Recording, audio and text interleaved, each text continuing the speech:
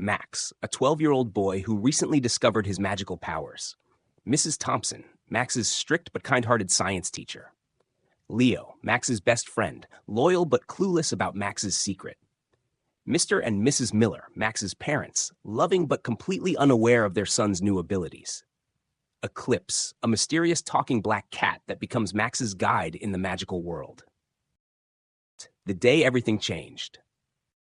Max is sitting at his desk, doodling in his notebook, while Mrs. Thompson teaches a science lesson on electricity.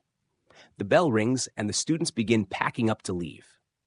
Remember, class, your science projects are due next week. I'm expecting something shocking.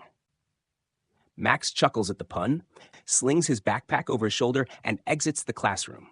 Leo catches up with him in the hallway. Max, have you figured out what you're doing for the project? I'm thinking of building a robot. Not really. I'll figure something out. Little does he know, his life is about to change. Later that day, Max is in his room, trying to focus on his homework. Outside, a storm is brewing. Suddenly, a loud crack of thunder shakes the house. Max looks out the window and sees a bolt of lightning strike a nearby tree, splitting it in half.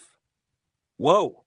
He turns back to his desk, but as he does, something strange happens. His pencil begins to levitate off the table, spinning slowly in the air.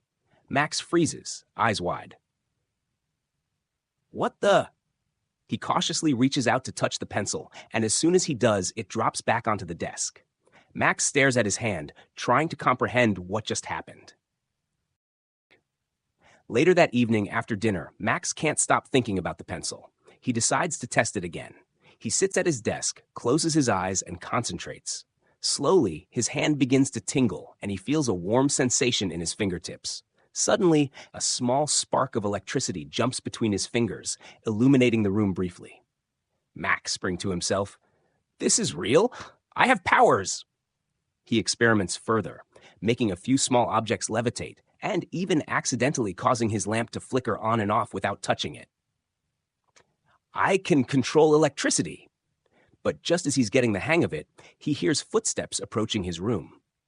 Panicking, Max quickly hides his powers and sits down at his desk, pretending to be engrossed in his homework. His mom opens the door. Max, it's time for bed. You've been working hard, sweetie. Okay, Mom. Good night. As soon as his mom leaves, Max lies down in bed, staring at the ceiling. His mind is racing. I have to keep this a secret. No one can know. The scene ends with Max closing his eyes, a mixture of excitement and anxiety on his face, as he drifts off to sleep.